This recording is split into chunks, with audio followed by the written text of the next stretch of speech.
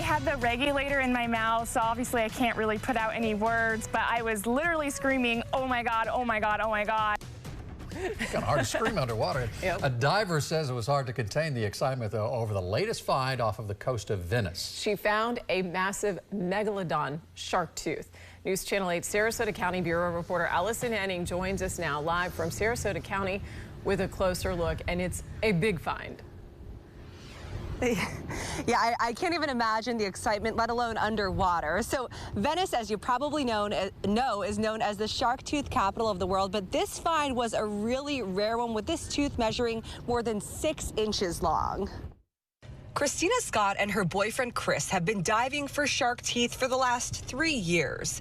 They try to go out once a week whenever the weather is nice, and they've had some good finds over the years. But last Wednesday, when the visibility wasn't so great, Scott was stunned as she uncovered her best find yet in Gulf waters off Venice Beach. So we were really close to the ground. I saw just the root of it, covered in barnacle, and I just knew the shape, and I pulled it out of the dirt and started freaking out, and I pulled his arm. I was yelling. I was trying to yell with the regulator in my mouth, and yeah, we were both stoked. This more than 6-inch long tooth is a piece of history coming from a massive prehistoric shark known as the Megalodon. The extinct species grew up to 60 feet in length. You can see from this display at the Bishop Museum in Bradenton just how massive its jaw span was. USF Associate Biology Professor Dr. Debbie Castle says this tooth is millions of years old, and what makes it a true treasure is its size and condition. For her to find one of those teeth is like winning the lottery, one chance in a million or more.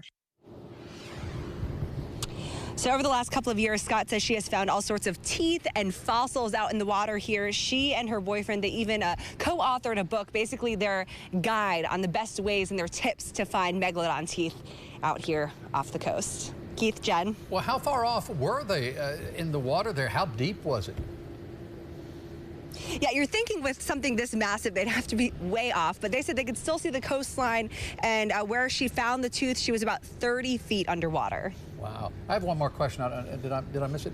Is there a value on this tooth? I mean, aside from how cool it is, I mean, cha-ching, I'm thinking, you know? From just my Google research, you know, it is really cool. From Joe and I here, my photographer, we've been talking about it all day. But our understanding, and I spoke with that professor at USF, that this is like museum quality stuff. Wow. So it's a big deal.